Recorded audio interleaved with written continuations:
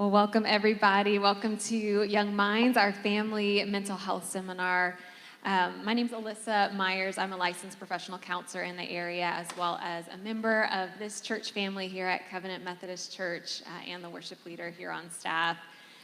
We're so excited about today. We have two amazing speakers who are really going to just bless you guys with some knowledge. A few orders of business. As you came in, hopefully everybody received a folder. If you didn't, just raise your hand and we'll make sure that you get one. In this folder, there will be handouts that our presenters are going to refer to today. You will also notice that there is a notes sheet that you can write some notes on. At the top of this, they have Wi-Fi information. The password does have a capital G and capital C in case you need that. And there's also a text in your question option. And so there's a phone number at the top. At any point in the presentations today, if you have a question that pops up, we are going to have a Q&A at the very end. And so just text your questions in. At the end, I'll hop up and ask some of those questions. That way you can get some answers. With all of that being said, I'm going to turn it over to Pastor Jason Burnham, who's going to offer up a prayer over this afternoon. Well, good afternoon, everyone. My name is Jason. If I haven't had the pleasure to meet you, I serve as one of the pastors here at Covenant. And it's been a rich day already with our preschool and elementary age Young Minds seminar this morning. It just was an extraordinary opportunity, and I'm so excited to have the gift of hosting this, because one of my favorite things about the gospel is watching Jesus interact with so many different individuals who require healing in a variety of different ways, whether that be physical healing. We can recall many instances of that, but also those who needed spiritual healing, healing for emotional healing or relational healing. And it's a part of a holistic, redemptive work of the good news that we have in Jesus Christ. And so that's the work of the church. We firmly believe that at Covenant, that holistic ministry, including mental health, is the work of the church, and that's why we're here today. I'm thankful for the gift that it is to have these experienced and gifted presenters, and I'm thankful that you're here as well. I have a sophomore and a senior in high school. I also have an 8-year-old. I know snippets, it seems, of what they go through in life, and oh my goodness. It's so much more even than whenever I think I was going through it. And so it's so critical that we take time together to work through these things. I'm going to open us with a word of prayer, but before I do want to let you know, if you didn't catch it on the way in, we do have coffee service at the back of the room. We have it here just in case it's the middle of the afternoon on a Saturday. Okay, all right, let's bow for a word of prayer. Gracious God, we come before you thankful for the gift we have in your Son, Jesus Christ, for his love for us, for the way in which we receive his love and are healed by his love. We ask, God, that you would move amongst us, that you would grant us wisdom, listening ears, that you would walk with us as we consider the lives of our loved ones, of our children, and we would be aware of ways in which we could bless our students and help them grow to mature and live out the purpose that you have called forth from their lives. Lord, we thank you for those that are going to present. We ask that you would bless this time, that you would bless us in our fellowship. In Jesus' name we pray. Amen. Amen. Thank you, Jason. And just a reminder, coffee at the back if you need a stretch break or restroom break. Our restrooms are to the right as you exit the sanctuary. Would you please join me? We have two speakers that are just going to be amazing from Mosaics of Mercy. Will you help me in welcoming our first speaker, Sherry Burkhard?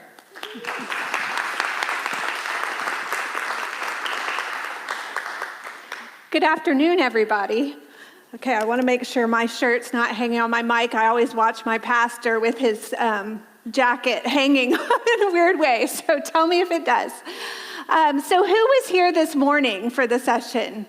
Awesome. So y'all get a gold star because you're spending your whole day on mental health. But all of us, I'm glad you're all here because it's so important what we're going to talk about today and something I'm super passionate about. So as Alyssa said, My name is Sherry Burkhard. I am one of the co-founders and I serve as the executive director of a nonprofit ministry called Mosaics of Mercy. And I'm going to talk more about it at the end, but for context, what we do is we help families with resources for mental health and addiction recovery. And we do that in a lot of different ways. And as a result of that, we also know a lot about what's going on in the mental health of the community. So that makes us super passionate about sharing ways that we see multiple families maybe hitting roadblocks, and we might be able to help you guys with that. My personal experience is that I'm a registered nurse. I went to nursing school at TCU, and I have worked in inpatient and outpatient psychiatric settings, and that was really where I gained a lot of clinical knowledge. But what I think has qualified me the most, I'm doing the wrong way. Oh, turn it on. There. No. It's not going. It's not going. Okay, well, while they're working on that, is my family. Okay, I'm good. There's my family. This was us recently in Hawaii, and since we're talking about family mental health and I'm telling stories about them, I want to introduce you to them. So on the right, you have my daughter, Allie. She's 18, a senior in high school. Then my husband of 26 years, Chris. Then my son, who's 21 and a senior at Texas A&M. And then his girlfriend, who's been part of our lives since they were in 8th grade, so I count her as a family member, Grace, who just graduated from the University of Texas. At the bottom, you'll see what you don't see on my business card, but what I feel like really brings me here today, and that's that I'm a mom, I'm a wife, and then the credential BTET, which my coworkers, when I sent them my PowerPoint, were like, what is that? I'm like, it's been there, experience that. Because that is where I really speak from. And sometimes that's what leads me to feel least qualified, because I'm speaking on something that continues to be part of my own journey as well. So as Kate said, we don't have all the answers, but we definitely have experience, strength, and hope. So we're offering that to you along with our clinical knowledge. The other thing where I got my BTET is that at 15, I went to treatment for anorexia, alcoholism, depression, laundry list of things, and I have 31 years of recovery today by the grace of God. But that also means that I haven't necessarily graduated from some of the same content. This is stuff that I am personally walking in my life. I'm not just talking the talk, walking the walk. And my kids have some of their own stories, which I'll share as part of this. So I want to ask you guys a question. And I want you to answer it, you don't have to answer it out loud, but with one word in your head. And that is, what do you want most for your family?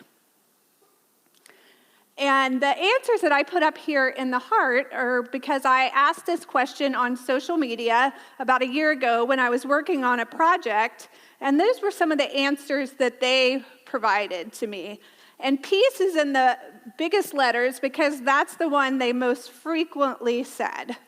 So I want you guys to remember that word because we're going to talk about it more as we go throughout our presentation.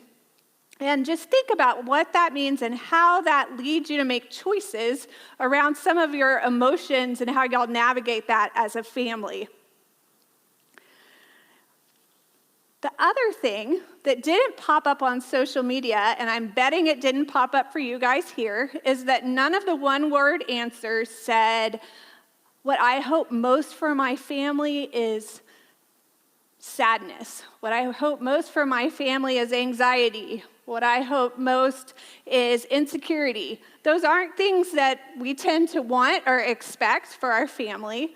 And I can't say, even though this would have been out of the rules, it would have been 3 words, but mental health struggles, that's not something that anyone thinks, yes, I want that to be part of my family story. But to explain a little bit about that, I'm going to come back to that clip in a minute, is how I look at mental health. And how I do that is, in nursing school, we looked at health on a continuum. And so for physical health, you have healthy, which that's when everything's functioning right. I'm getting older, maybe that's different as we get older, but still healthy. And then we have these times where our system gets stressed. So for me, that tends to be pollen season in Houston. Does anybody else have that experience? My body gets stressed, it does not like it, and so if I take the, Zyrtec and the nose spray and all those things I'm supposed to take, usually I'll end up back at healthy again. But I tend to be a really busy person. Does anyone else have that problem? And I have this kind of insanity of every year I think, well, I'll be fine. I feel fine. And so I wait. And then I end up going a little bit past the stressed point, and I end up at the doctor, and for me, that usually means I'm getting steroids and inhalers and antibiotics, and it takes quite a bit more to get back to healthy. And then there's those times where we have illness, and when I think of illness, I think more of something that's going to last quite a bit longer than something like a sinus infection. Think of cancer or diabetes, or something that's going to require quite a bit more to get us back to healthy. And in some cases, that may mean our healthy looks a little bit different from someone else. One of the things I compare this to is I lost my hearing on this side a few years ago, and so now I wear hearing aids. And so my normal isn't maybe what Kate's normal is, but I function for healthy for me when I wear those hearing aids. So that's kind of how I think about physical health. But then when we overlay mental health on that, we look at, okay, healthy for mental health is when we're at peace within ourselves and we have the tools that we feel like we need to approach the things that are coming at us in life. But there's times where we feel stressed, and I don't know if there's anyone in their room who wouldn't raise their hand that the last 2 years you have not felt some kind of stress. And if you have, we need to know your secret, so maybe you should come up and speak. But we get that point of stress where something is happening in our life and we don't have the tools needed to get through those emotions on our own. We need to go get some new tools. And maybe that means that we talk to our pastor or our friend, or we read a book that helps us. But there's some kind of something we use to help us get back to that healthy. But then sometimes we wait, like I do with physical illness, and we find ourselves past that stressed point, and we need quite a bit more to get back to functioning normally. So maybe that's more intensive counseling or a support group or something like that. And then there's illness. And for illness, that is where I found myself at 15. And that's when you have your eating disorders, your alcoholism, your major depressive disorder. And again, you're going to get tools, but your healthy may look different from someone else's healthy. Like the fact that I have not had any more alcohol in 31 years. That may not be what someone else's normal looks like. But for me, that's healthy. And that's the tool I use. So that's how I look at mental health. The difference from what happens a lot in our community or just in life is that we think about mental health and don't even put ourselves on that spectrum because we only identify it as if we have a mental illness. And so who in here has a brain? Raise your hand. Awesome. Whose teen or young adult has a brain? You maybe wonder sometimes. Well, we all do, and that's why this applies to all of us, because mental health, regardless of if we're on the illness side of the spectrum, is something that we all deal with. And I think that's something that gets missed and how we end up sometimes in a bigger struggle than we would have if we thought about it in that way. So I'm going to show a little clip from a movie that came out a while ago. I'm not normally an animated movie person, but this one is called Inside Out, and I love it. And it is an 11-year-old girl who has moved from the Midwest to California. Not her choice. She's not happy with her parents about this move. And so they're sitting at the dinner table having a conversation. And their feelings have become little animated characters, and so you see kind of the sideshow going on inside everybody's brain. And I think that it really shows what we look like as a family up here, but maybe not outside. So they have to press play for me. So, as it turns out, the green trash can is not recycling. It's for greens, like compost and eggshells. And the blue one is recycling. And the black one is... Riley's acting so weird. Why is she acting so weird? What do you expect? All the islands are down. Joy would know what to do. That's it. Until she gets back, we just do what Joy would do. Great idea. Anger, fear, disgust. How are we supposed to be happy? Hey, Riley, I've got good news. I found a junior hockey league right here in San Francisco. And get this, tryouts are tomorrow after school. What luck, right? Hockey? Uh-oh, what do we do? Guys, here, you pretend to be Joy. Won't it be great to be back out on the ice? Oh yeah, that sounds fantastic. What was that? That wasn't anything like Joy. Because I'm not Joy? Yeah, no kidding. Did you guys pick up on that? Okay, Something's wrong. Should we ask her? Let's probe, but keep it subtle so she doesn't notice. So, how was the first day of school? She's probing us. I'm done. You pretend to be Joy. What? Okay, It was fine, I guess. I don't know.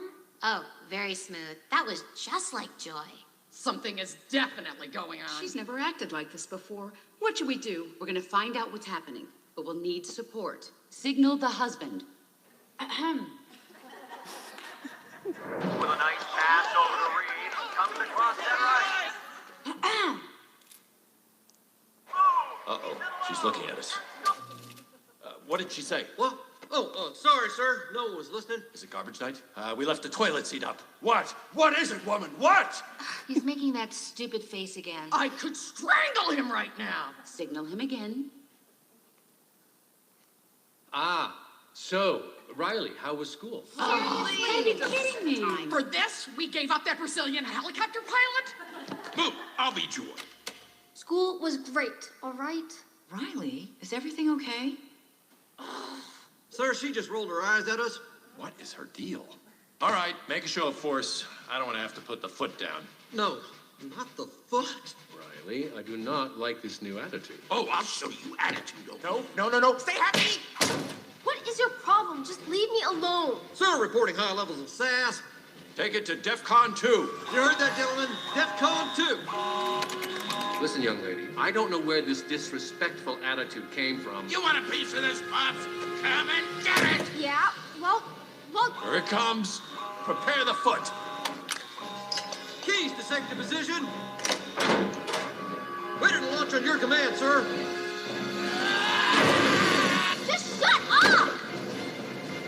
Fire! That's it. Go to your room. Now. Foot is down. The foot is down. Good job, gentlemen. That could have been a disaster. Well, that was a disaster. Come, fly with me.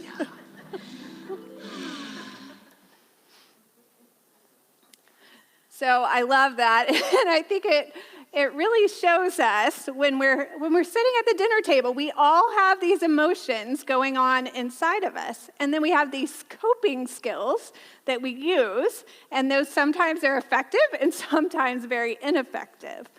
But what tends to happen as our teens and young adults are getting older, they're having a lot more emotions to manage. And so they don't have the tools, and they end up kind of being labeled as the problem. But in reality, as parents, if we're honest with ourselves, we may not have the tools either, as evidenced by what we saw in this. So that's a little bit about what I want to talk about today. But there's also some false beliefs that happen that we tend to tell ourselves when there are these emotions, and that can be, as parents, one of them is we checked all the boxes, right? Like, I did everything. I took them to church. I did this. I did that. So we should be good. Why are we having this problem? That's one. And I know for my family, my son, we talk about mental health. In fact, one of the things my daughter says, there was one time we were doing those dinner questions, and it said, what's unique about your family? And she said, because we talk about mental health more than anybody. So there's that. And then, but my son struggled with anxiety and depression, and my husband and I were like, how could this be? We've checked all the boxes. We did everything we were supposed to. And that's because it's not about not struggling. It's about how we walk through that struggle. So some of the other false beliefs are, we look at it as it's a reflection of us or reflection of them. Like as parents, we're like, we did something wrong. And so then we don't want to make that call saying, hey, we need some help with this because we feel like it's something that we did. And then sin is the cause. That's something that a false belief that starts happening. And yes, maybe sin contributes, but emotions aren't necessarily sinful. And we aren't having them because of some kind of punishment. And then the last one is just this belief that struggle is bad. Like there is something wrong if we're struggling and we are not supposed to struggle. So those false beliefs come into play. And then that's when we start to see these ineffective dynamics. And what our tendency is we have this expectation, think back to your word, whatever your word is, peace, joy, unity, and something starts going wrong, like at the dinner table, maybe it was unity for them or peace, and that started to get messed up. And so they're like, how can we bring it back to normal really fast and get around these emotions? So that's when we start to use these ineffective family dynamics. And you'll notice that I give them these are my words, kind of what my family calls some of these.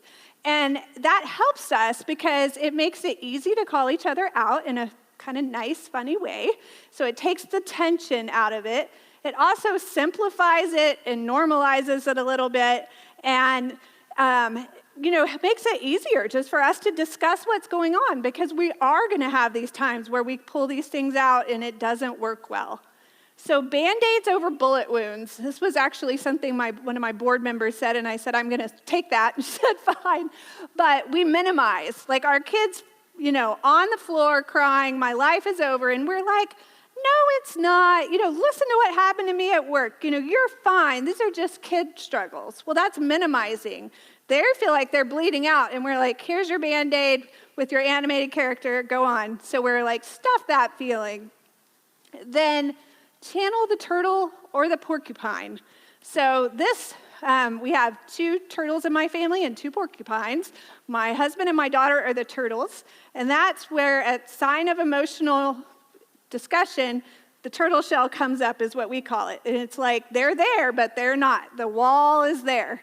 And so we'll say, oh, are you in your turtle shell? And so then they'll start laughing because, yes, they are.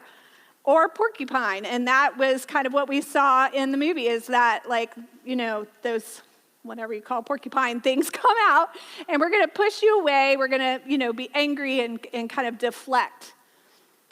Then there's the roller coaster. And this is one that I do. And that is that my kids are hurting, so I get on that roller coaster with them. I'm feeling my emotions. I'm feeling their emotions. And round we're going. And so my daughter will look at me and say, was this about you? Like, no, it wasn't. But I'm feeling your pain. And then hot potato feelings. That's where it's like, oh, I don't know what to do with that. Here, you have it. No, you have it. And so we pass it around. Then there's the escape clause. And this can look like a lot of different things, but it's that I am going to check out from this, and I'm going to use something to do this. And in some instances, that is for our teens and young adults thinking about ending their life. That is an escape clause that they have. It's like, okay, well, if I just kind of think about this, it's not necessarily something they're going to take action on, but it's a way that they find relief from those emotions, is thinking about, okay, I have an option out of this. Or that could be anesthetizing our feelings. Alcohol, shopping, social media, all those different things are escape clauses for us. The blame game, I think we all probably know what that is. And then we get out the different hats. We start to become the professor, where we know all the answers, or the coach, where we're going to tell you how to do it blow by blow, or I'm trying to think of some of the others that I said. We all have these different hats that, we wear, and we put those on and really try to use that to deal with the discomfort. And then walking on eggshells. When we start to, change our behavior because we know maybe one of our family members is going to get angry, so we start tiptoeing around and not talking about things so that we can avoid that. So one of the things about this that I think is helpful, and it was actually a dietitian one time that said to me as she was doing a lecture, and she was talking about, don't go home and throw everything out of your pantry. Just start with one thing. Start with changing one thing. And so when we talk about these ineffective coping styles, I'm sure that all of us have some of these that we're doing. So just think about one and start to notice it. Like you're sitting at the family dinner table. For us, that's where it usually comes up because we're all seated in one place. And it's like I start to have this light bulb go off when I catch myself doing that. And so then it's kind of like this 10,000-foot view of, oh, okay, that's not working. So just pick one. Don't have to change all of it, because when we try to overhaul all of it, then it becomes too overwhelming and we stop. So some new tools for family dynamics, same thing. Pick one. Be curious. Have an attitude of expectancy. We have these expectations that there'll be no struggles. What about having expectancy that there will be, and what will they teach us? That's a different way to look at it. Then go on a bear hunt. This is what I call, as a family, we'll notice, well, I'm trying to find every way around it, under it, or over it so I do not have to go through it. So instead, it's like, how are we going to go through this in a different way? Having an open fist or a closed fist. This is something I say a lot of times to parents who call us looking for us to navigate resources for them because they're like, my child needs to fix this, this, this, this, and this. And I'm like, okay. And we will only do this, this, this, and this, and this. And it's like, okay, what are your priorities? What are you not going to negotiate about? It's in a closed fist. For me, that would be if my child's showing self-harm or harming someone else or whatever that is as a family that you're like, we're not negotiating on this, that's in the closed fist. But then we have to leave some stuff in the open fist, or it's really going to create a hard environment for our family. Hold space for yourself and others. Be able to sit with those feelings. Share your broken pieces. And this is something that Grace says that's unique about our family. But that is that we share our struggles, and as parents, we share our struggles in an age-appropriate way, and not necessarily that we're sharing all the details for our child to help us work through it, but so that they see us processing those feelings, because then they feel more comfortable telling us if they're struggling. So many kids, I used to work at Texas Children's in the emergency room taking their mental health calls, and it would be that the kid did not feel like they could tell their parent because they felt like their parent had it all together and they would not have any understanding of what the kid was going through, and so they felt faulty. And then channel your inner tree. So instead of being a roller coaster, are we firmly planted and rooted when these things are being shared so that we're not getting on that and losing track of the conversation and being present? And then celebrate the victories. We do a lot of high fives in our family. So when we notice that we do one of these different, we'll call it out. Hey, awesome, we did that different. So we celebrate that. And then don't quit before the miracle. I think when we're going through mental health struggles, our family members going through those, it's easy to think there's no hope. That is such a tendency when families call us. But as long as there's breath, there's hope. So not quitting before the miracle, or quitting on your child thinking it's hopeless before the miracle. So to sum it up, I like to think of pause, breathe, that's so important, and then ask myself, is this opening the door to us walking through this, or is this closing the door? Is this opening the door to us getting through these emotions in a healthy way, or is it closing the door? And then I go from there. But my idea of what this looks like, as I tell you all this stuff, and then what happens can be two different things. So these pictures are also in Hawaii. One's at the top of a mountain on one hike where I got to the top, beautiful view, victory. And then the other one is a hike where poor Grace, who had never been on a hike like my family hikes, sprained her foot. Well, it was like her foot. She turned her foot, swelled up at the very top of a mountain, and we had to get all the way down. And this wasn't any kind of hike. It was to the top of a waterfall. So we were climbing down rocks, through mud, across water, and she could not walk. So she was literally on her hands and knees for 4.5 miles, or her butt going down. And it really gave me quite the perspective, because how I would have handled that and how Grace handled that were two different things. She saw her goal, she went through it. She didn't try to go around it, over it. She went through it. But sometimes as a family, we're expecting always victory. And sometimes the reality is it's messy. So I want to talk a little bit, and there's a handout about a family mental health plan in your folder. And Benjamin Franklin says, if we don't have a plan, we're planning to fail.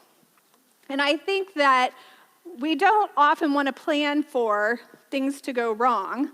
However, we do plan for our finances. We make lots of plans. And I know that my son, one example of this is when he was little, he had medical issues, and he would actually quit breathing. And the first time that happened, I screamed to my mom, who was in the house, call Linda. Linda is been my mentor for years. She's a nurse, but she's like my go-to person. And my mom was like, call 911. She calls 911. I'm a nurse. I know CPR. I was actually doing CPR. And it's funny now. It wasn't at the moment, obviously. But if we don't have a plan, those emotions, they come in and we lose all rational thought. And that's why with mental health, it's really important to have a conversation, or think about, if you aren't married, ponder these things yourself of how do I handle that if that's going to happen? What are my priorities? What are my beliefs? Because then we have time. One of the things families say is that they appreciate about mosaics is that we give them time to focus on the person that's hurting, because we're helping them with the resources. Well, a plan also does this, because then you're not wasting time arguing with your spouse, suddenly finding out when your child needs counseling that your spouse doesn't believe in counseling. Or, whatever it is, medication or hospitalization. Have those talks before, because then those emotions aren't as high, and you can, talk through them, and then you can focus on what's needed at that time. It also helps us respond in a faster manner. One of the average time for someone to get help when there's a mental health struggle, including parents getting help for their kids, is 10 years. So 10 years from the time of when there was a sign and they got help. Well, a lot of that is because of some of the stuff we talked about. We can't manage our own emotions around it, so we're delaying it, or we're denying it, or we're doing all those different things. But the sooner we get help, the better the outcome. So, having this plan helps improve those outcomes, and it can save a life, because we know and we're watching for those signs and we're prepared. So I'm not going to go through all of these. You're going to have these emailed to you, but these are topics to ponder and discuss. And then you can, then put them into this. It's pretty simple, but an outline, so you kind of have that, what we decided on. Like for us as a family, it's non-negotiable. If our child starts cutting, or our child comes to us and says, I'm going to hurt myself, then it's non-negotiable. We're going to get help. Those are conversations you want to have. Or for counseling, are there values? If we need counseling, are we just going to seek a Christian counselor? Are we comfortable, getting someone that maybe has a certain level of expertise, if we're also seeing our pastor? Like, what does that look like for you? Family history. A lot of people don't even know that their spouse has mental health history or an addiction, background in their family until something occurs with their child. So that's an important thing to discuss, not discussed. And cost. Insurance doesn't always cover things. And so are we willing to pay out of pocket? What are we willing to do? Or if we don't have insurance, what would be a way that we would be able to get that for our family?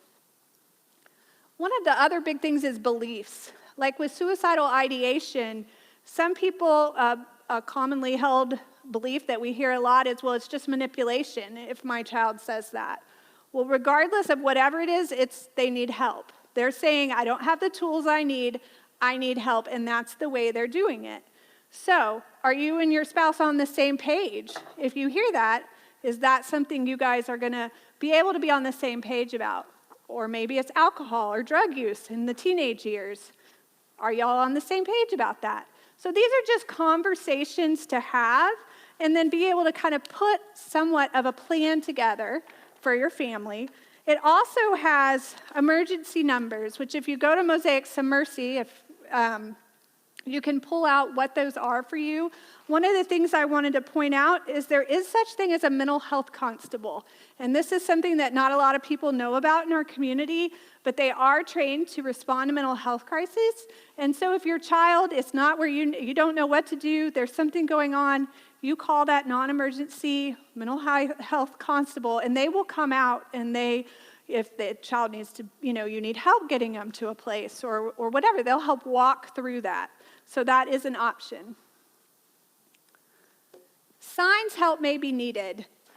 That is really, there are lots of signs, and you're going to get this emailed to you as well, but a lot of it is dependent upon that person. So it's knowing that person, knowing what their, routines are like, things like that, and knowing that there's a change and that there's been a consistent change in sleep and mood and their interaction with other people.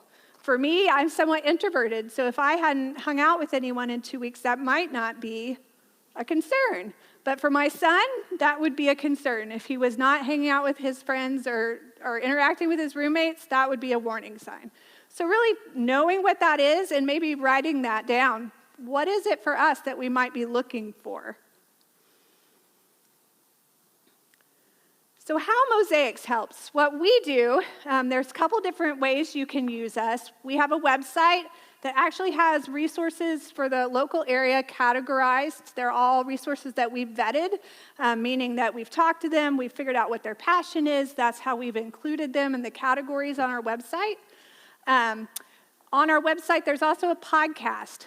My son tells his story about anxiety and depression. There's people who talk about marriage. There's there's however many, 50-something podcasts. And those are a great educational tool. It shares stories of hope as well as professionals in the area. And we use that when people call us. We share that as a way to help give them information and also maybe so you can really see what options are in our area. The other thing we do, which both Kate and I do this, is family navigation. So maybe you go to our website, you don't find what you're looking for. Or right now, counselors are full. That's an issue with COVID. So Alyssa knows all about that. Counselors are full. So what we do is someone calls us, explains what it is that they're looking for, or maybe they don't even know. They're like, where do I start? Then our navigators will help put together a plan for them, make sure that those counselors or resources have availability, and type up a plan for them, maybe include podcasts that are a fit. So it's a personalized direction of this is where we're going to go from here. So that is an option as well, is to contact us for that. It's free, and it's something we offer the community. And then we have education, which we're doing today. So we have that, and then we also have groups. Kate teaches parenting classes, which she'll talk about. We have an ADHD parent support group for actually children around 10 or under, or any kind of neuroatypical issues. We have a grandmothers raising grandchildren support group. We have parents of addicted loved ones that meet. So there's lots of different support groups that meet at our location. So what I want to say, and I guess the point, and I think it'll be similar in what Kate said, and something that I just was reminded again of this morning is that it's not about if we struggle, because we're all going to struggle. Your child may not end up on the spectrum of mental illness and addiction, where I ended up, but that doesn't mean there's not going to be some kind of struggle, some kind of tool needed. And really, oftentimes it's those struggles that actually get us to that very word that you said at the beginning that you were hoping for all along. Like that is how God comes in and refines it. It is how we open up to new ways to do things in our family and come together. And so when we keep an open mind about that, that is when we really experience victory. So this is my quote in that it's those unexpected things. And that's been, if you listen to my son's podcast, he talks about that. As a parent, it's the hardest thing in the world when your child struggles. But then when you get to the other side and you see how that helped is the biggest miracle. So thank you guys. I think what we're going to do now is have a 5-minute bathroom snack break. And then we're going to come back and hear Kate and her daughter, Jess. Thank you, Sherry. We're going to take a 5-minute break.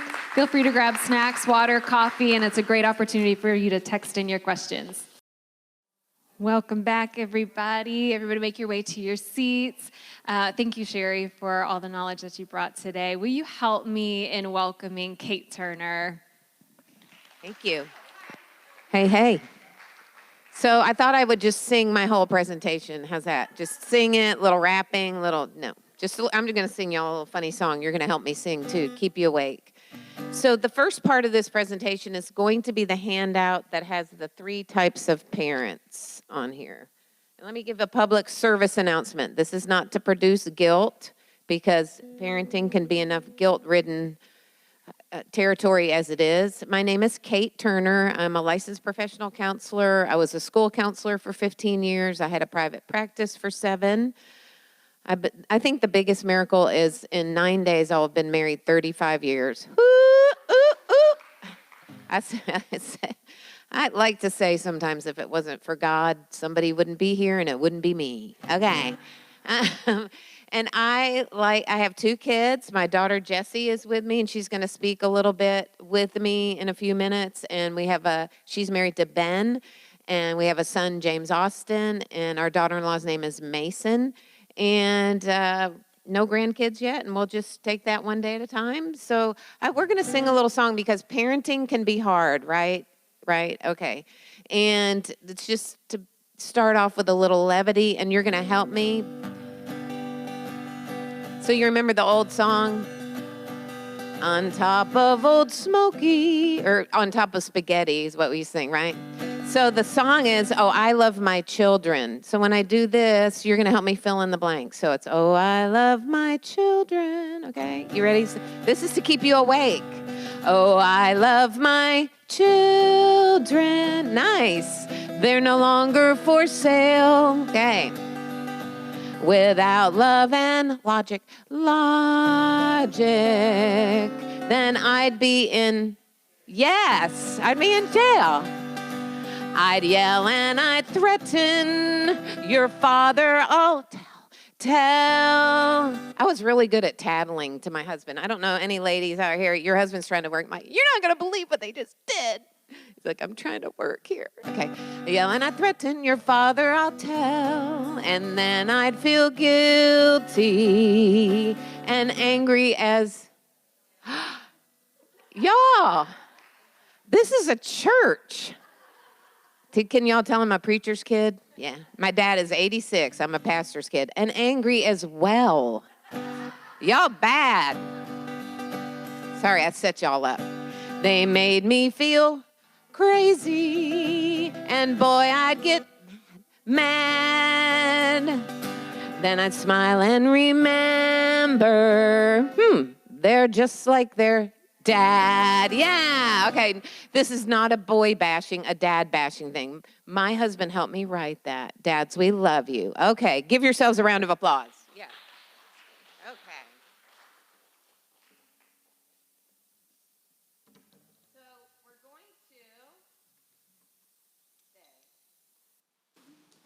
we're going to talk a little bit about the 3 types of parents. Oh, wow. Okay, we can change that.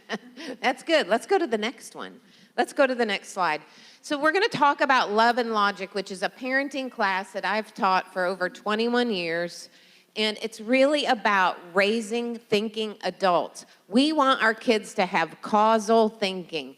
If this, then that.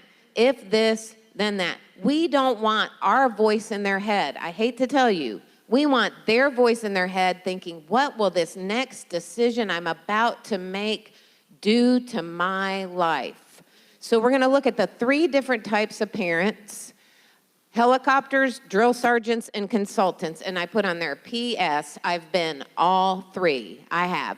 So let's look at your sheet here. And the consultant at the top provides guidance and consultant services, kind of coaching coming along the side. The helicopter, this is the parent that hovers. And if it's the moms you see who are running up to the school with the lunch because their kid forgot the lunch. Y'all, let me tell you, if your kids go to a school, a public school, the lunch lady ain't gonna let them go hungry, okay? We want our kids to be thinking people. For the first probably 12, 10, 11 years of Jessie's life, I helicoptered her, and we're gonna talk about that. I've come to a place of just where my self-esteem is either really good or not at all, where I can talk about the stuff that happened in our house before we found Love and Logic. And again, we want to raise thinking adults who have a good voice in their head saying, what will this do to my life? Because y'all, 2021, hello? The teenagers that I would see in my office that were involved in all sorts of things, from really deep pornography to cutting to other things, and parents not really knowing what was going on or not knowing what to do. And it really, y'all, is about changing us and our come from. And so then the drill sergeant is commanding, do it now because that's right, I told you to, or because I said so. And you know what, that works for a while. I was teaching a class at a big preschool in Cyprus at the Presbyterian church. And one of the teachers said to me, Kate, my dad was a drill sergeant. We were so scared of him. Every time he told us what to do, we just did it. We just did it fast. And I looked at her and I go, I bet when you got to be about 13 or 14, you lived a double life. And she goes, how did you know? Because I grew up with a drill sergeant. And so when he wasn't around, then I was on my own and I was trying to fly under the radar. So what I want to do today is really teach you a skill, because we don't have a whole lot of time. I'm going to talk about Love and Logic parenting for the next 20 minutes or so, and then I'm going to go into a quick technology talk. And I am going to be talking kind of fast, and yet I think you guys can keep up with me. So we've got to stop stealing from our kids. What do I mean by that? I don't think you're going in at night into their purse or their wallet and taking their money. We've got to stop stealing opportunities for them to think. We have got to raise thinking people, because you know what?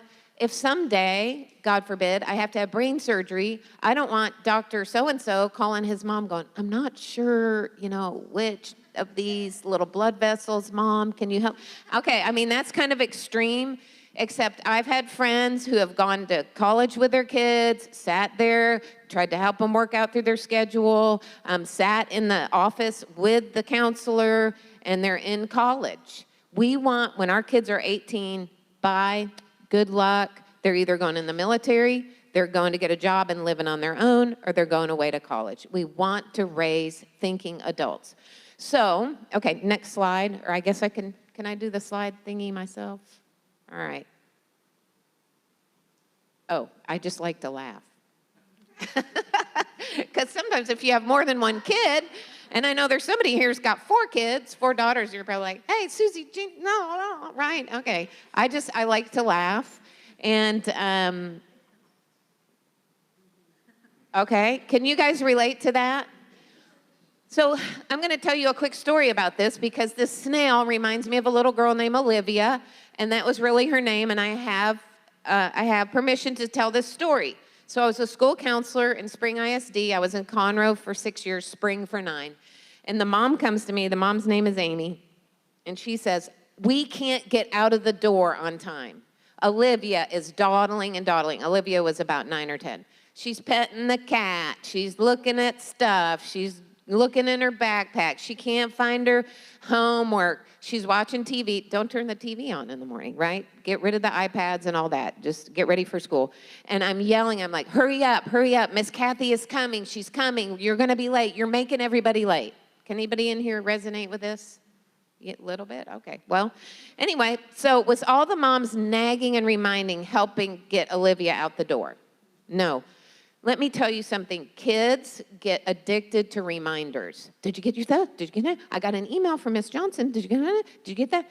You know what? We want them to be thinking people. We've got to stop stealing these opportunities from our kids to, and I'm going to say the F word, fail. Stop stealing these opportunities. That's how we build up. The adults in here, we learn by the hard stuff, did we not? We learn by the hard stuff. We didn't learn when it was easy. We've got to stop stealing from our kids. So Amy comes in, she tells me the story about Olivia, and I say, okay, Amy, this is what I want you to do. I typically don't tell people what to do, but in this case, we didn't have a lot of time. I said, sit down with Olivia, have what I call a reality conference. Look up at the clock. I said, can she tell time? She goes, yeah, she can tell time. Look at the clock. What time does Miss Kathy come? She comes at 7:20. Okay. And look at the clock, and you look at Olivia, and you say, we're going to pretend you're Olivia. Olivia, I'm so sorry. I've been treating you like a baby. Yeah, you have. That's what I say. And I've been nagging you and reminding you about getting ready for school. And when that one hand is on the 7 and the other hand's on the 4, I was going to say the 20, the 4, that's when Miss Kathy comes, and I'm not going to nag you anymore. And so, good luck. I hope you can be ready. Right. That was it, y'all. That was it. And Amy, the mom's like, this is not going to work. I said, okay, well, let's talk about what might happen, because we're going to stop stealing from our children and having them control the house. I said, well, then you get to decide, and this is what we're going to learn today is the problem-solving model. So we're going to hope and pray that Olivia misses Miss Kathy. Now, you got to stop up some holes, because you might have a neighbor who's a helicopter. Like, oh, I don't want her to be late, and honking on the horn, and honk, honk, honk, and we'll wait, and it's okay, right? You got those enablers. So call Miss Kathy and say, you take off, and if you need to peel and, just run some gravel, just do it.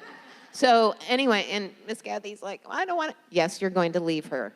And then I talked to Amy. What's going to happen? Well, Amy worked from home for a credit card company, and so what's the little girl going to say?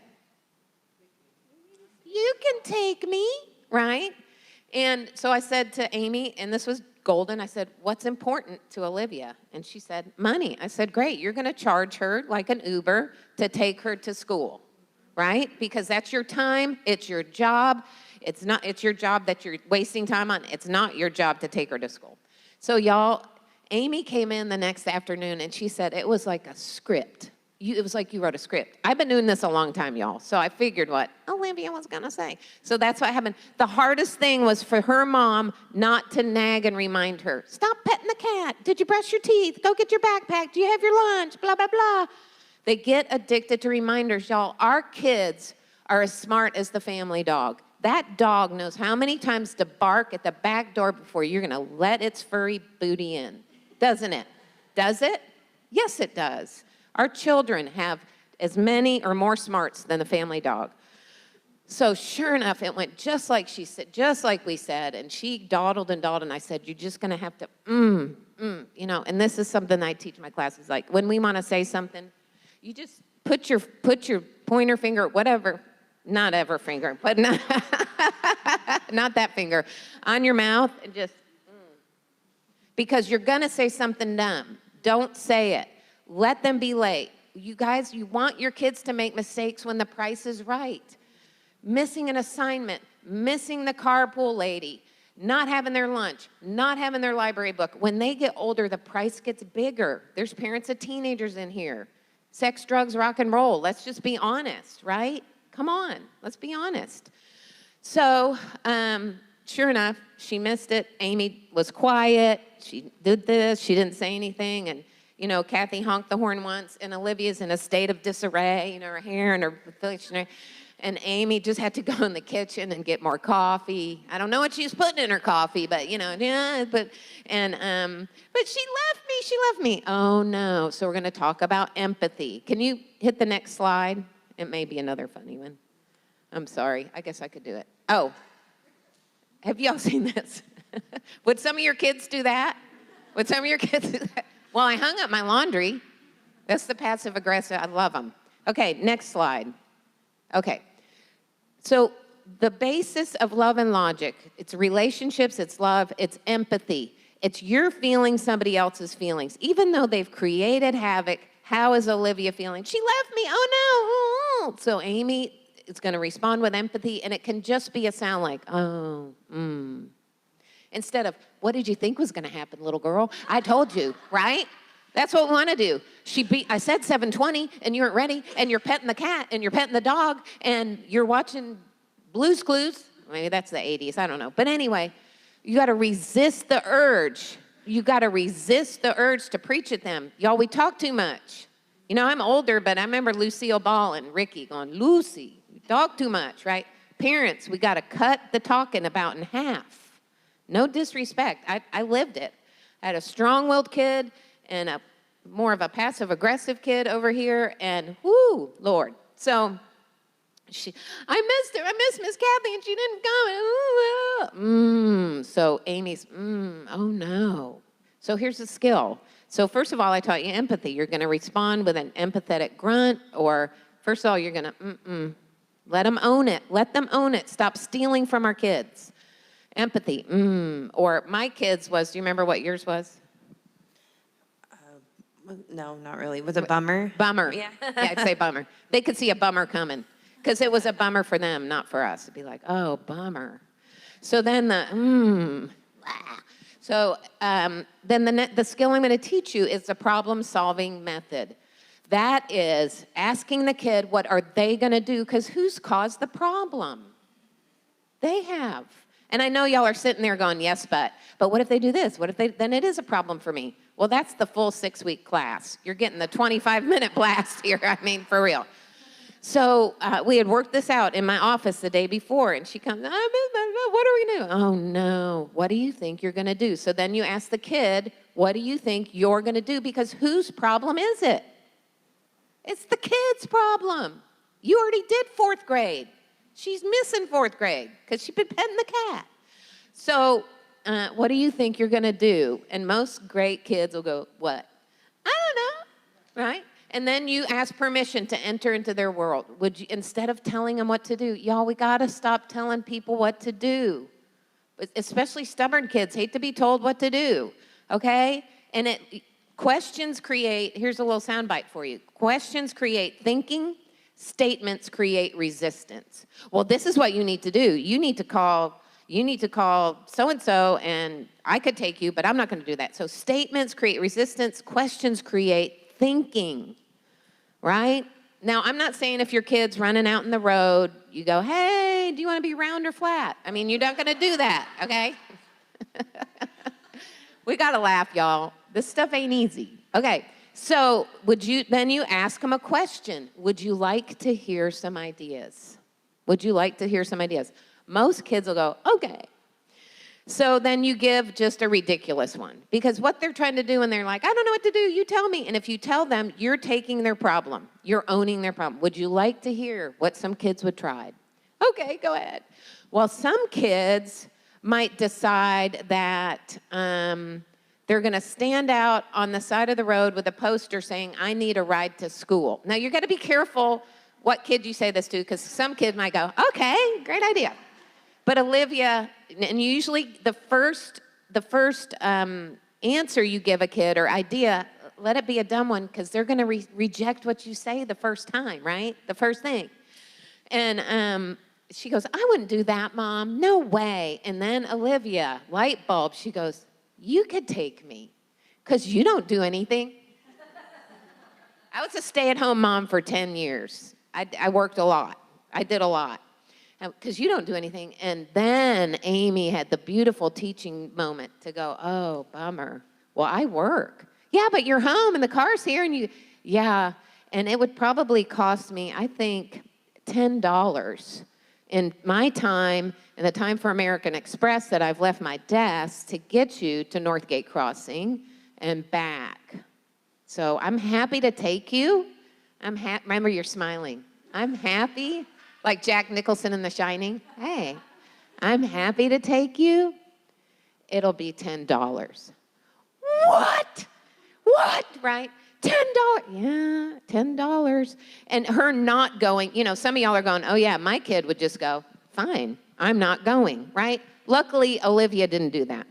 So she goes in her closet and she has this big plastic bag with dollar bills, and change, and some pesos thrown in there, all sorts of stuff. And she comes out, she doesn't even count it, y'all, and she plops it on the kitchen table in front of her mom and she goes, fine, I hope you know that that's my college fund and I'm not going to college now. So anyway, so I wore this shirt for y'all and her mom took the $10, take the money. Don't feel guilty, take the money because they're going to be taken from you the rest of their lives, right? I see y'all teenagers in here. Okay. So she took the money, got her to school, and really after that there were very few problems. So this is a phrase that I would use a lot with my own children, and I love it so much that I had it put on a t-shirt. And when they try to argue with you, you just say, hey, I love you too much to argue about that. You can use that with your spouse. You can use it with your boss. You might not say love. You might say, I respect you too much to argue. Because biblically in Proverbs, I'm going to Kate paraphrase, it says, it takes two fools to argue. Mark Twain said, if one will not, two cannot argue. And my son, who's super strong-willed, loved when I would get in an argument with it because, baby, then it was on. It was on. And then we just start saying dumber and dumber and dumber stuff. And then we say things that we really regret. So the problem-solving model is for us to stop stealing from our kids. Can I have the next slide, please?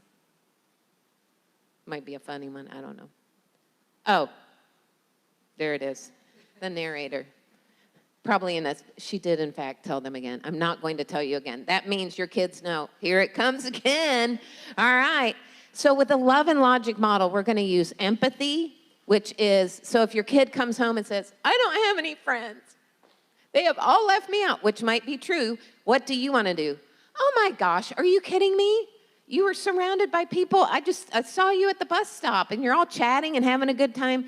We can't, like Sherry said, I love how this dovetails. We want to take their pain. You guys, my practice was full. I didn't leave my private practice because it wasn't doing well. My heart needed a little bit of break because we have just spent so much time trying to pave the way for our kids. Do you want to prepare your kid for the road or the road for your kid? You want to get your kids ready for the road. Don't smooth out all the bumps. I'm not saying if there's life-threatening stuff that you don't take care of that. Of course you do. So going back to Samantha who comes in, I don't have any friends. And you know what? The empathetic thing is, wow, you sound, if she's saying I don't have any friends, how's she feeling? Sad, frustrated, lonely. Somebody else said left out. Wow, you sound like you're feeling left out. That's it. Now listen, husbands, here is a free 99 for you. If your wife comes home and she says, I went to the dry cleaner and they ruined my favorite blouse. And then I went to Jiffy Lube and they put the wrong oil in there. And then I went to Subway and they gave me mayonnaise instead of Miracle Whip. And so most good husbands, mine would say, look, babe, we're going to that dry cleaner and we're giving them a bill for $50. Don't ever go back to that Jiffy Lube. I'm going to go up there and talk to that manager. And you know what? Forget Subway. We need Jersey Mike's. Anyway, just forget it. And guys, most of the time what we want to hear is, wow, babe, hard day. Bonus material, gentlemen. Really. And our kids want that too because they want to know that we're what? That we're listening, So I'm going to Let's see. I'm gonna try out the skill. I can't go past this camera because then I'm out of shot. Am I out of viewpoint? Okay. All right. Okay. What's your name? Allison. Okay. So Allison, I'm gonna be the kid, and this monkey represents my problem. Okay. This monkey represents my problem. Now I know I just taught you this, so no pressure. It's all on video. Everybody's going to be watching you. That's no problem. Okay, so I'm the kid, and here I'm trying to give you my problem. Mom, that math teacher look, she's not even taking the monkey. I didn't even prep her. This is good. Mom, that math teacher just doesn't like me. She just doesn't call on me, and then I don't even understand it, and I'm failing, and it's her fault. Ooh, give her a round of applause. Wow. Here you go. You get to keep that. Okay, she just said, wow, I'm sorry. That sounds really hard. Instead of, what? You're probably just, okay, so it depends on what kid it is. It's probably like, you're probably acting a fool in there, and if you pay attention and do your work and you've been on TikTok all night and you're not doing your homework, blah, blah, blah. No. Whose problem is it that they're having a hard time getting their math work done? The kid. And if you hear through the parent grapevine that the teacher is having a hard time too, then you take care of it. Don't take the monkey, okay?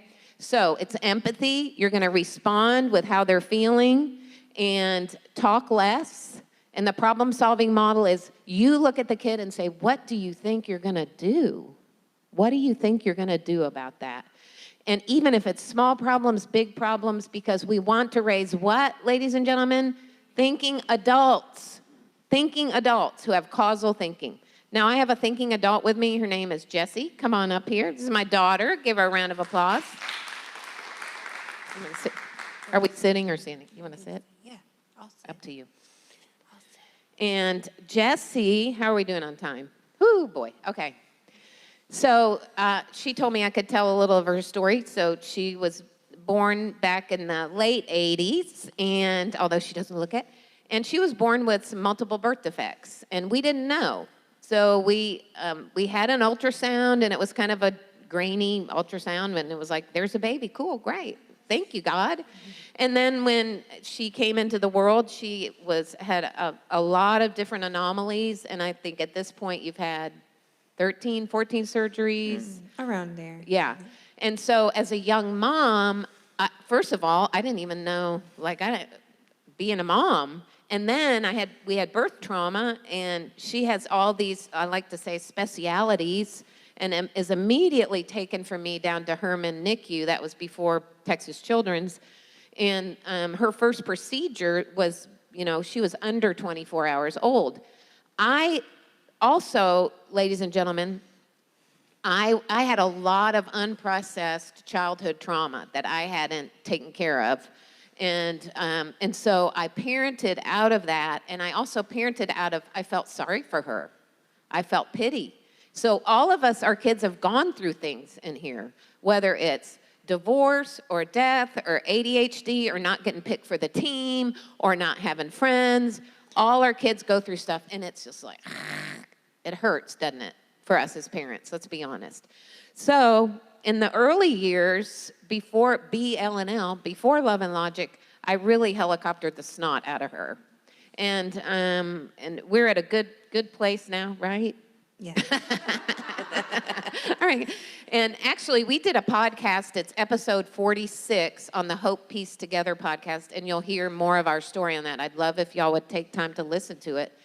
And Jess, kind of telling the audience a little bit about what all the helicoptering, in the early years, kind of how that made you feel or anything you want to share. Okay. So, like my mom said, she did that kind of parenting style because she felt sorry for me. She didn't want me to feel any more pain than it already was having to deal with. And, at any given moment, I knew you were doing your best. And aside from that, though, it really was, as you helicoptered, it was stealing from me to struggle.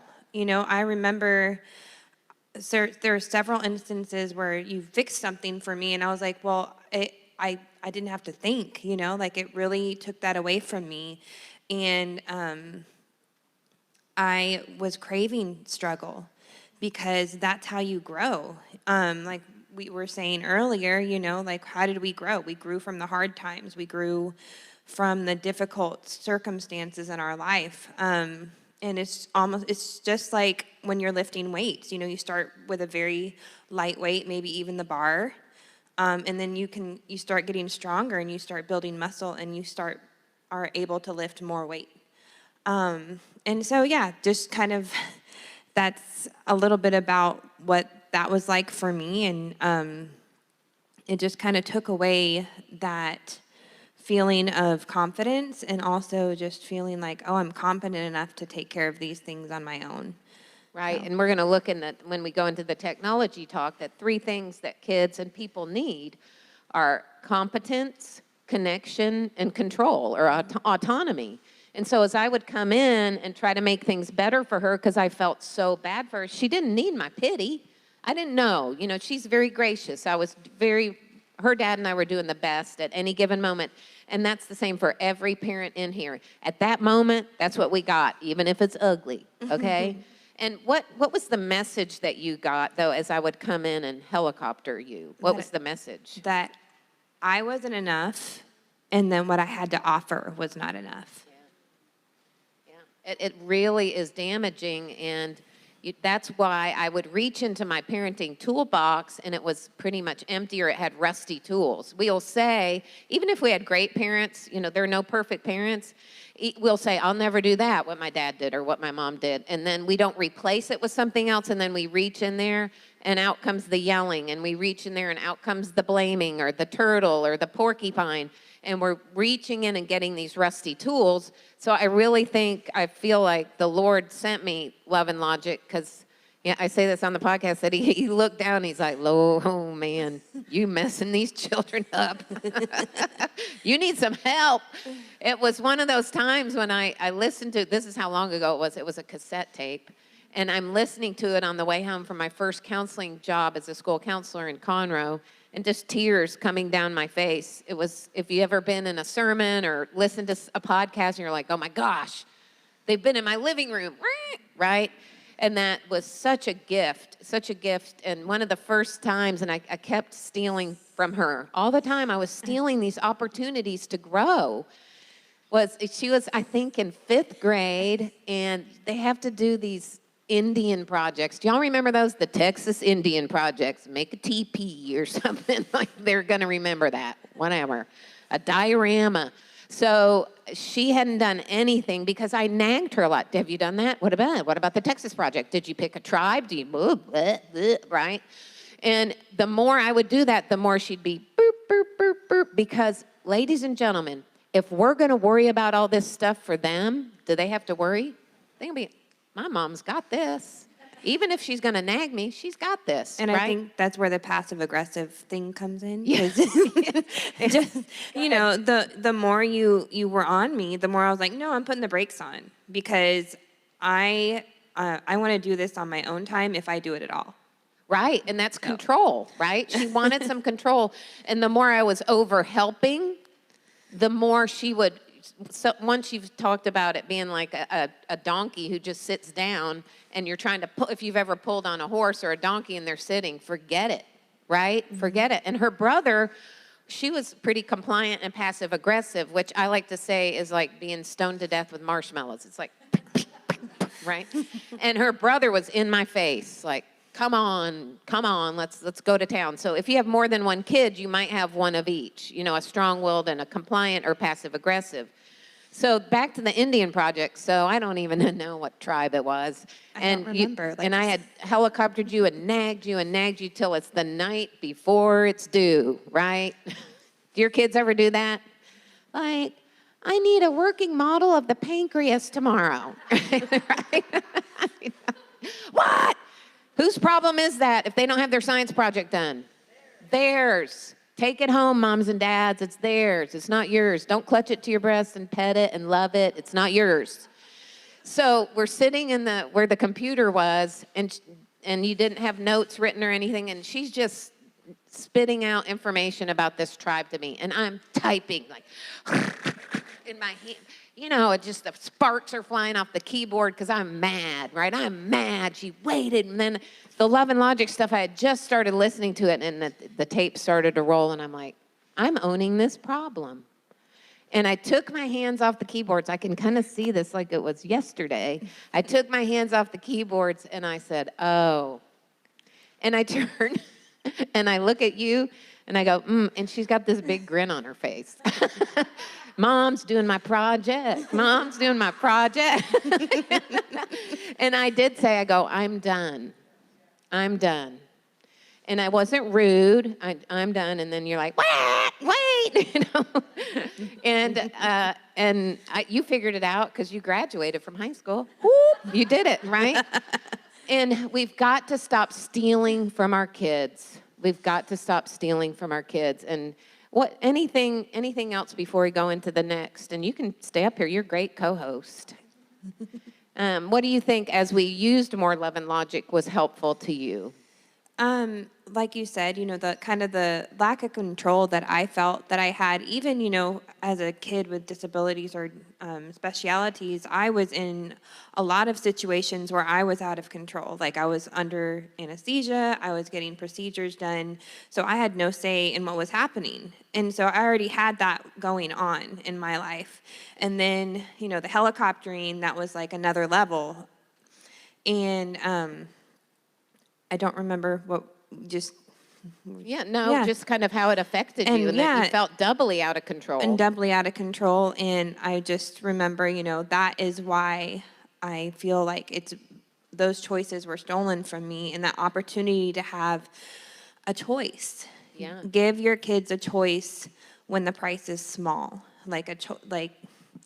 What were you going to say? Like, you can either, go ahead. When they're little or even younger, you want your red shoes, your blue shoes, you want Captain Crunch, you want Cheerios, you want milk, you want water, right? And if you say milk or water and they go, juice, because they're going to do that, right? Then you'll go, milk today. When they're little, give them lots of choices. And when they get older, lots of choices. When it's okay, when you can live, parents, with either of the choices that you give.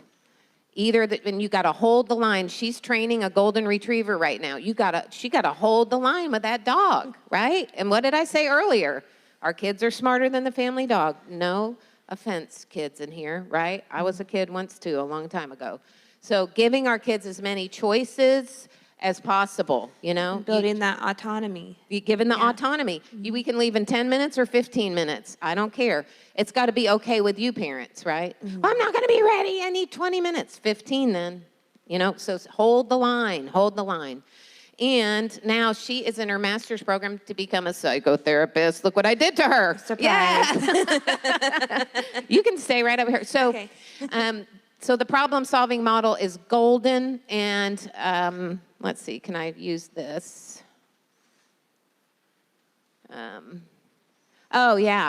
That overshadowed it. And, you know, we can be so hard on ourselves, parents, and I can be hard on myself. That's kind of my natural bent. And one time Jessie had come over to my office, and we're talking, and I was kind of lamenting about a choice I'd made that I didn't think was so great. And she looked at me, and she said, Mom, brace yourself. I love that. We need to do that as parents. We're all in different situations that could be difficult, and it's 2021. It's hard. So brace yourselves, please. And here's some more resources, and I'm not in private practice anymore. I do parent consultation. You can find me on my website. You can find me at Mosaics of Mercy on Instagram and all my TikToks. I'm kidding. Teenagers are like, ooh, I don't want to see old people doing TikToks.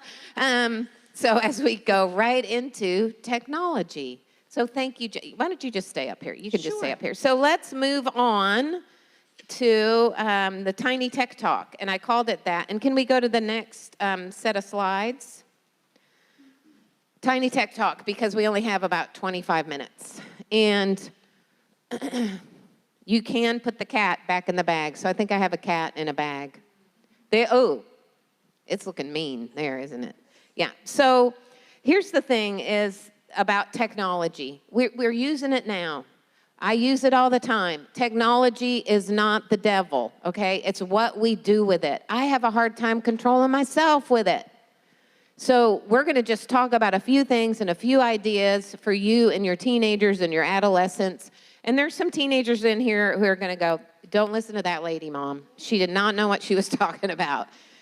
Well, I'm not going to apologize, because I do. I've done a lot of research. I've read a lot of books. I've had a lot of teenagers in my office with addictions to social media, to pornography, to their phones, to texting. And it's a real thing. It's a real thing, technology addiction. So I did a little fill in the blank. And the first one we've already gone over, human beings, which does include adolescents. They are human beings. Need 3 basic things: control, competence, connection. Control, competence, and connection. Or autonomy can be control. And I started out, why did I start out with this when I'm talking about technology? This is the second one. It's about connection.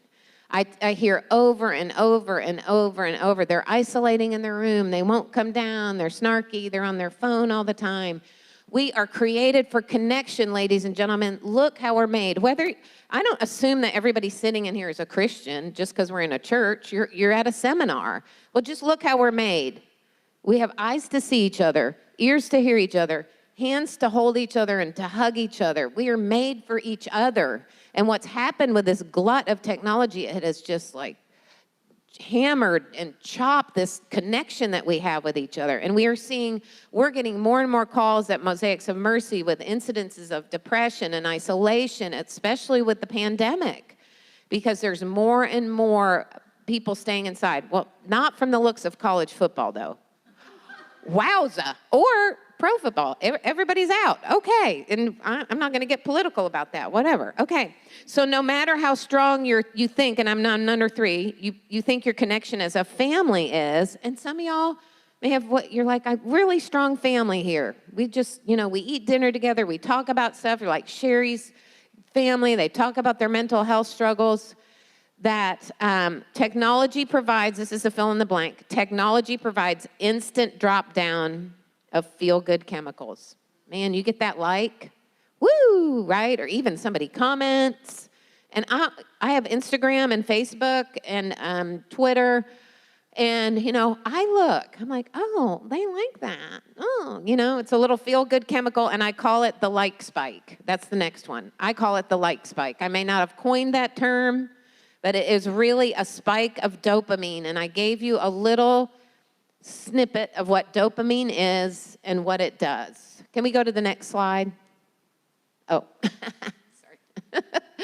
Do you ever see your kids do that? The Wi-Fi's out. How could this be happening? All right, can I have the next slide? Okay, we don't want to be like the ostrich. We don't want to have our heads in the sand, moms and dads. We want, and caregivers and grandparents. We've got to be vigilant. And I'm just going to say that the internet is so predatory. It's not that your kids are looking for this stuff most of the time. It's looking for them. We have got to be vigilant. Y'all, we only have them for a certain amount of time. If you have a 14-year-old, you got 4 years left. Some of y'all are like, thank you, God. Or a 16-year-old, 2 short years. And this talk is not to go in and be, like, okay, that's it. Give me your phones. Give me your stuff. No. Like Sherry said, take one thing at a time. Go slowly. Maybe you're going to start with the problem solving. Maybe you're going to stop rescuing them. We're going to go slowly here. I had a kid in my office. He was 16. He had been looking at pornography since the time he was 12 years old in his room. And his parents' room is right underneath him for 4 years. And pornography is like booze. It's like anything else. It's just going to get harder and harder to get that drop down of those chemicals. Like you start drinking 1 beer, you're going to buzz, then it's got to be 2, then it's 3, then it's vodka, blah, blah, blah. That is the addiction model really sparse down. Anyway, so I said to him, and he's 16 at this point, and as counselors, and Alyssa knows, we start out with that statement of everything we talk about is between you and me, unless I'm afraid that you're in danger of hurting yourself or you're in some kind of danger or hurting somebody else. Is pornography over and over a danger to a 16-year-old or to anybody? Let me hear. Yes. It's super addictive, more than cocaine because of Just do the research because of all the chemicals that drop down. So I look at him, and we'll just say his name is John. And I said, well, John, I'm glad that you told me. I've never told anybody. And I'm thinking, oh, here it goes. We got to let your parents know. How do you want to let your parents know? Kate, you said you weren't going to tell anybody the stuff that I told you when I came in here. You can't. No, John. That's not what I said. I said, if you're in danger, then we've got to tell somebody. And you're in danger. It's not. I can stop anytime I want. What does that sound like? An addict, right? And I said, well, and I did the choices because whose problem is it? His. I go, this is bigger than a bummer. But anyway, I said, we could do it this way. Would you like to hear some ideas? Okay. I said, well, you could tell them. I could tell them with you in my office, or I could leave and go in the other room, or I could leave and go in the other room and you tell them. We could tell them together. Yeah, those two. And he goes, okay, I'll tell them when I get home. And I said, oh, well, we're going to tell them right here. And it went well. He said, you tell them, I'll go in the other room. And the parents were shocked. But you guys, it's like that. We've got to be vigilant. And we have them for such a short time. She's already 30-something. It goes like that. We've got to be vigilant because we love them, not because we're the Gestapo of the technology. You guys, it's changing every day, more and more and more, and there's hardly anything more addictive than TikTok. Just going to tell you. Super addictive. Those videos, I mean, my friends send them to me. She sends me funny ones, and all of a sudden, 30 minutes, gone. I'll never get back. I could have learned Russian or something. Anyway, so here are 10 suggestions that therapists and doctors, research parents have found effective to combat this addiction. Y'all, it can be an addiction. I struggle with my own telephone. And I'm a psychotherapist, so should that make me know better? I don't know. I give these talks and I still look up and I've lost 20 minutes. So I'm with you. I'm not preaching at you. I'm with you. It's very insidious. So 1, here's your fill in the blank. Allow boredom and build resilience. I was talking with my son on the phone just yesterday, and he said, man, boredom is a great thing because you sit there and you think. And another thing he told me, we were talking about porn, and he said, Mom, I don't look at porn. I'm like, oh, hope he's good. Anyway, and I said, well, tell me why not? Remember, questions create thinking, statements create resistance. Why not? Why don't you look at porn? He goes, some of my friends are married, and if they have a fight with their wife, they'll go off and later look at porn, and then the problem never gets resolved. I was like, wow, who's your mom? And think about it. It's a Band-Aid. It's like the Band-Aid on the bullet holes, right? The food, alcohol, porn, technology, add to cart. That's one of mine. I just get on Amazon and add to cart. And it builds resilience. A little boredom can build resilience. Thinking. Don't allow screens in bedrooms. Ooh, at all. Don't argue about it. Bedrooms are for sleeping, reading, maybe studying. Remember my t-shirt. I love you too much to argue. What did I say? Oh my gosh, you listen to that weird lady at Covenant. You know what? They isolate, it's in there, and I give this weird kind of picture.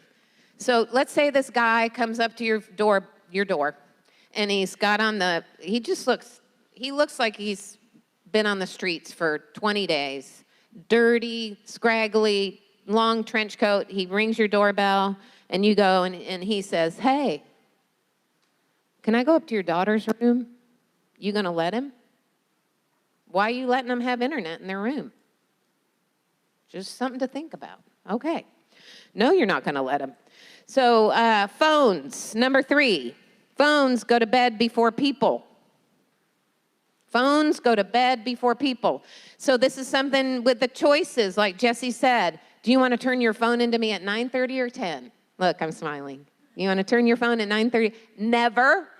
I never want to give you my phone. That's my phone, 9:30 or 10. So that's the long class when we get into when there's defiance and refusal. 9:30 or 10, because you don't care. 10 o'clock's fine with you. And they charge in your room. They don't charge in the kitchen. They don't charge in the living room or the den. Because then what happens when you're in bed? Right? Because teenagers need to sleep. Adolescents need to sleep. They're growing, they're changing. It's the time they get they need the most sleep in their life, even more than a baby. They need most sleep then. If they're holding a phone, my niece will come over, she's 17, and she falls asleep on the couch, and ding, right? Oh, interrupted. Let their brains settle down. Okay, 4, people get up before phones. Go analog before you go digital. I had a young woman, she came into my office, 26 years old. She had graduated from a prestigious university. She had a high-powered job in a big corporation in Houston. I mean, she was put together, great suit, great, what are those pumps? Jimmy Choo or whatever? I don't know. This is what I wear. So she just was put together, and she was miserable. She just felt negative all the time. And I said, let's say her name was Susan. Susan, take me through your day. Well, when I wake up, I immediately get my phone and look at all my emails, and I look at the news, and I look at what's happened, and then I get out of bed. And I said, how are you feeling by then? Not very good. I said, I want you to experiment with me. When you get up out of bed, don't look at your phone. Don't look at your phone. Just go get a cup of coffee, sit on your patio, have a glass of water, write in your journal for 10 or 15 minutes. Go analog before you go digital. She came back 2 weeks later. How do you think she was feeling? Awful, no. No, she was feeling better. At first, she said she felt awful because it was like withdrawals, right? And she felt like she was going to be missing out. But she didn't, because she could go to her phone in 15 minutes. So people get up before phones. 5, parents, model healthy phone habits. If you have your face in the screen all the time, you have nothing you can say to your teenagers. Nothing. And that goes for Kindles, iPads. It goes for televisions, computers, anything with a screen. Model healthy habits, because we're raising them to let them go. You want them to go. You really want them to go, okay? Because you want them to live a good life. All right. 6, hold off giving your kid a phone as long as possible. Oh, man. I'd have parents in my office, just they're 11, they're 10, their 11-year-olds are just hounding them. I am the only one. I'm the only one. And 9, 8, giving their kids phones little. I mean, when the Association of Pediatrics says don't show a kid a screen under 2 years old, these are doctors, okay? I don't trust all doctors, but it's the whole association. So really, hold off as long as you can. Hold off as long as you can. They're very habit forming. 7, you can put the cat back in the bag. And what I mean by that is a parent came up to me and said, I have a 10-year-old with a phone. And it's just, I've lost my daughter. I've lost her. And I said, well, it's time to get the phone back. She is going to have a big fit. Bummer, right? And at night, if you're I'm not saying getting one of these with your kids. I'm saying you can shut the internet down. There's all sorts of things you can do. Parents say to me, well, how old? It's really hard because there's kids have extenuating circumstances. But I'd just say, if you can wait till 14 or 15, and I know by now it's like, what? Really? Because I had so many parents in my office with kids that they felt like they lost them. They felt like they lost their kids. Okay, number 8. Monitor. And I don't mean a screen monitor. I mean, you're monitoring what they're doing. Monitor. That's called good parenting. It's not called creeping. All right? You have the passwords. No. I had one teenager go, well, I think there's electronic teen parent privilege or something. I go, no, there's nothing like that. Nope. Monitor. Like Sherry said, before these things happen, parents, if you have littles or middles and they don't have a phone yet, sit down with your spouse, write out what you're going to accept and not with phones. Number 9, keep the conversations ongoing. Talk about it. Remember, questions create thinking, statements create resistance. And if I can't tell you how many beautiful girls came in my office and had sent nudes to boys. We're just going to talk about this because this is real life. you know, they're in good families like y'all's, and some, they had gotten peer pressured into it, or they weren't feeling good about themselves and sent pictures of their bare body to boys, and then they're in a world of hurt. We want to have these conversations beforehand and saying, you know, what would you do? Hey, Janie, what would you do if you were dating a boy and he asked for a picture of your breasts? What would you do? Instead of, don't you ever send a blah, blah, blah, then we'll take your phone and send you to a military camp in Montana, right? No, you're going to ask these questions. Or what do you think about when kids X, Y, and Z? Ask a lot of questions. 10, here it is again. Questions create thinking. Statements create resistance. Let's see, I got overlay again. Okay, so this is just a snippet that I put on here for internet addiction. And y'all, the studies show that anytime someone is on a video game, internet, TikTok, any of those things, for more than 3 hours, that seems like the magic number, the brain starts to change. And pornography changes the brain. It changes the brain. And so having breaks, if they've got to do a lot of schoolwork, having breaks, have the computer in the living room, have it in a local area of the house. They've got to have breaks. Here's just some statistics. I know I'm almost kind of running over. And they're not, and those are real. And when I would see kids detox off their phones and off of social media, and then they would kind of reintroduce it in little bits and pieces, the kid just changed. They came back and they'd say, oh, I've got my son back. Oh, wow, okay. Wow. All right. And, okay, so this is something I taught a bunch of middle schoolers in spring, and something that you can keep with you, a tool that stays with you, and I call it the Fab Five, just for some tools, so hold out your hand. And the thumb is faith, if you have a faith base. If you're not a Christian, you know, you believe in some things. There's something great out there. Something's making the trees grow. So you have faith, or you have faith in humanity, or you have faith in your family. Okay, the second thing that's a tool is your family. Bring them around you, play some games, talk, ask questions.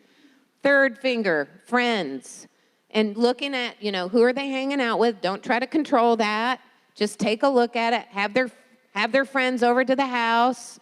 We like to say we had the Kool-Aid house, and that was great. We had all the knuckleheads over, and that was fun. And then fourth finger is fun.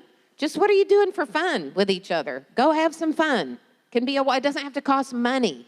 And fitness. What's that joke where it shows like the pizza? I'm fitting this whole thing in my mouth.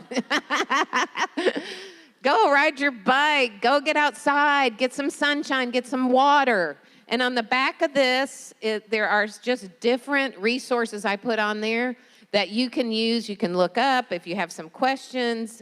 On my website, I have some handouts that are really good. And yeah, so I think that's it for the Tiny Tech Talk.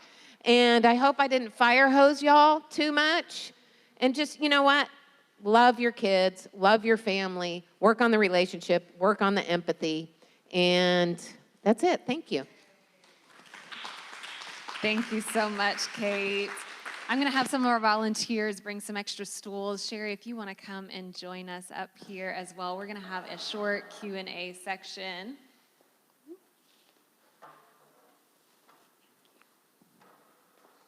You stay. Yeah, they may have questions for you too. Yeah, you can ask Jessie anything. I paid her good. No. All right, feel free. I'm going to keep checking the text-in question. If you do have some questions and you want it to remain anonymous, you can go ahead and text that in. We didn't get many, so I first want to just check in the scope of the room first, if you're okay not being anonymous and you want to raise your hand. Do you guys have any questions right off the bat that you want to ask Sherry or Kate?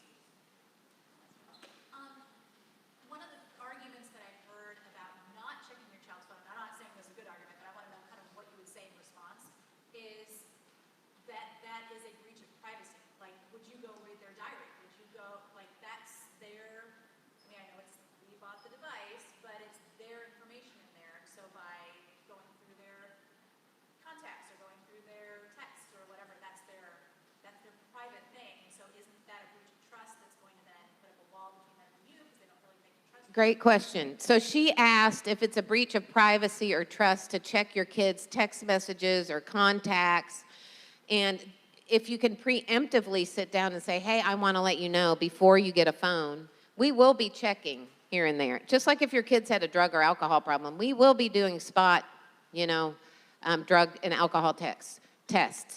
And so if you didn't do that and your kid already has a cell phone, that's when you go back and say, hey, this is what we've decided because we love you guys so much. We're going to just be doing some spot checks here and there. And Jesse, I wonder what you think about that. So I don't think it's a breach of privacy. No. I found out some really shocking things, not reading your text, but reading her brother's text, that I needed to know. I needed to know. What do you think? I think I agree with you also, but I do think that, as, you're a parent, you still have jurisdiction over what goes on in your house. And that includes technology that you buy and technology that you are giving to your child. And it's to keep them safe. It's not, I don't feel like it's a breach of privacy. I think it's a matter of love and, protection and keeping them safe.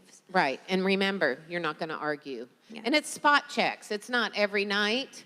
And you guys are good. You sniff when stuff's wrong. You're like, something's wrong. Something's off. And they're not talking to you, right? Something's off. So spot checks, that's when, the phones charge or everything, no screens in the rooms at all. So they're charging in your room. I do want to add something on the cell phone or technology piece. One of the things that we really noticed in the emergency room and a lot of the suicide attempts that would come in, it did start when the parents took away the phone. And because there is an addiction, when you suddenly remove that and there are no new tools, that can create just a whole emotional storm that they don't know how to cope with. So one of the things that I really encourage parents, this is a conversation we have a lot when they call mosaics, is, if you're going to take away the phone, then make sure you're introducing some kind of healthy tool in its place, or, you are getting them to counseling and then going through a process to take that phone away. It is your phone. It is under your jurisdiction. But when you're dealing with an addiction, that's just something to be aware of, that you really want to have a plan in place. I'm a big planner. Can anyone tell that? Great, yeah. Yeah, that's a fantastic point. Anybody else in the room want to jump in with a question before I go to our text questions? I just noticed on the back of the sheet here, kind of on that point, it says, looking for a true detox, screenstrong.com. Is that just a tool to use if you're trying to go down with your kids' That, she asked that on the back, and I have repeat these for the video, about where it says looking for a true detox and screenstrong.com. That's actually a program that they have, and I'll be transparent. I don't know a whole lot about it. It's something that you pay for that helps you to cycle through a detox with them in a very step-by-step process. But if you're concerned about that, just go to that website, and they have a video that plays, and yeah. All right, any other questions in the room? Going once, going twice.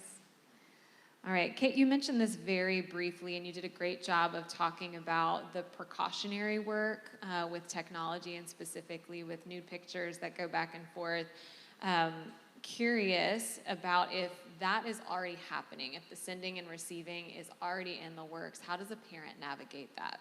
Wow. So you got that question. How does a parent already navigate if nude pictures are going back and forth?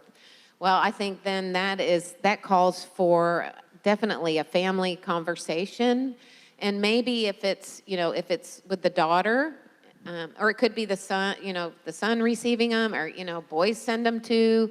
I think it's going to have to start with a reset. And I'm not about taking things away. Love and logic is not all about taking things away. It is about removing the offending object.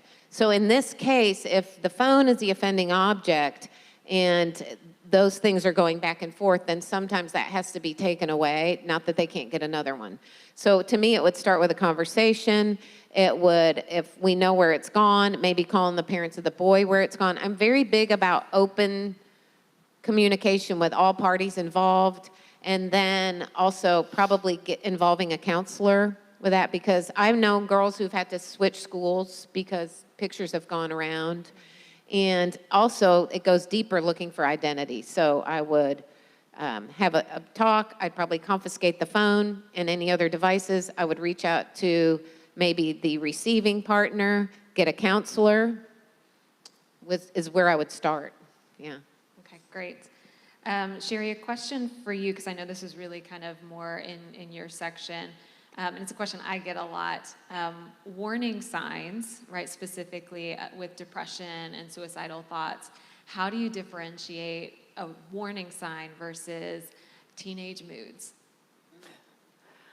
So I look, and I think I talked a little bit about this, for consistency. Like, most teenagers are going to have moodiness. But when you're seeing a consistent change for a period of time, that's when there is time to be alarmed, or take action, ask more questions, not necessarily alarmed. But you want to delve into that. So if, like I talked about for my son, he's very social. So if I'm starting to see, not 1 or 2 days where he's like choosing not to hang out with someone, but if he was, suddenly staying home all the time, then that would be a time that I would, want to start ask questions. How, what's going on? Just wondering, I wanted to check in. I noticed this, like Kate said, asking that question versus making an accusation. So really it's that consistent pattern of, okay, it's not just a one night things seem off. We're seeing a continual change, and maybe that change is even progressing, where it started with not hanging out with anyone, and then it started with sleeping all the time, moved on to sleeping all the time, and then changing their eating habits. And so if you're seeing that for several weeks, then it's, time to have a conversation with them. And then if they say, yes, something is going on, it's like, okay, well, I think maybe we need to get some tools.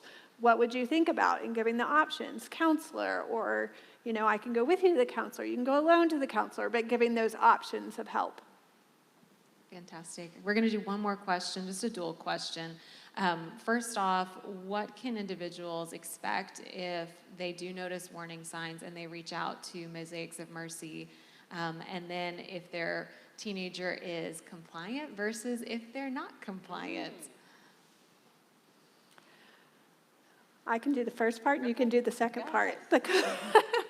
So if you reach out to Mosaics of Mercy, what we're going to do is, ask you some questions about your situation, kind of look at what the history is, what you've done, what's important to you in pursuing help. Is it that you, want a Christian counselor? Is it that your child's schedule is really busy and you would, like to do telehealth? What are some of those boxes that are important to you? We can't always check all the boxes, and that's one of the things we talk about. We're not like miracle workers. We can't make something exist that doesn't. However, we can try to help you identify those priorities and then match those the best we can by giving you a name of a counselor, their contact information, when their next, kind of range of time of when their next available appointment is. One of the things we do say is that once we give you that, we encourage you to call within 72 hours, because that, like Alyssa talked about the other day, you think, oh, I've got these appointments. They're filling up so fast, so you want to make sure and take action on that. If it's, we are not a crisis call center, so those numbers are on our phone, on our website.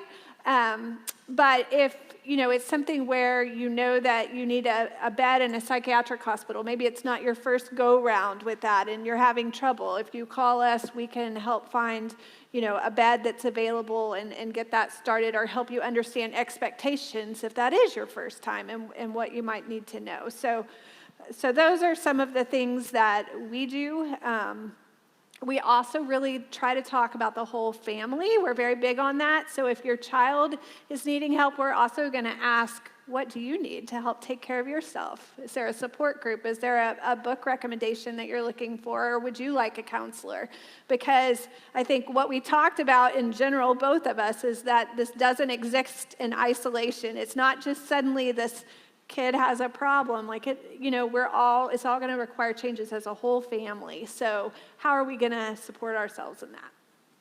So the rest of the question was compliant versus non-compliant. And is that maybe the kid doesn't want to go to counseling, but you think, or psych hospital or anything? I would say, either one, but I would say mainly for outpatient counseling. I don't want to Okay, go well, see if a it's counselor, suicidal mom or dad. ideation, and then they don't have a choice. They've got to go get some help. For outpatient counseling, lots of times kids will think, I saw a lot of teenagers, and at first, if they don't want to go, I think the worst thing a parent can do is force a teenager to go to counseling. I remember one girl, the mom ambushed her at high school, and she got in the car, and she thought she was going home, and she brought her to my office, and the girl didn't know. And the girl had sunglasses on and sat like this. It's a good way to start rapport, right? Yes, that's a good way to start rapport. And it didn't bother me. It was hard for the mom. So again, more question seeking, using love, using empathy. You seem really down. I've researched this. We found a couple counselors. Would you consider? So that's a really good phrase to use. Would you consider going one time? Would you do it if you have a good relationship with your kid? This is another one I like to do. Would you consider going just for me? And not making it about you. Would you do this for me, right? Would you be willing? Would you consider one time? I'm like, no, I'm not going. Okay, well, I want you to know it's on the table, and we want to get you help. Because what Sherry said earlier is so true. I would have 20-somethings in there in my office, and they looked at me and they said, I asked my parents for counseling when I was 12, and they're 26.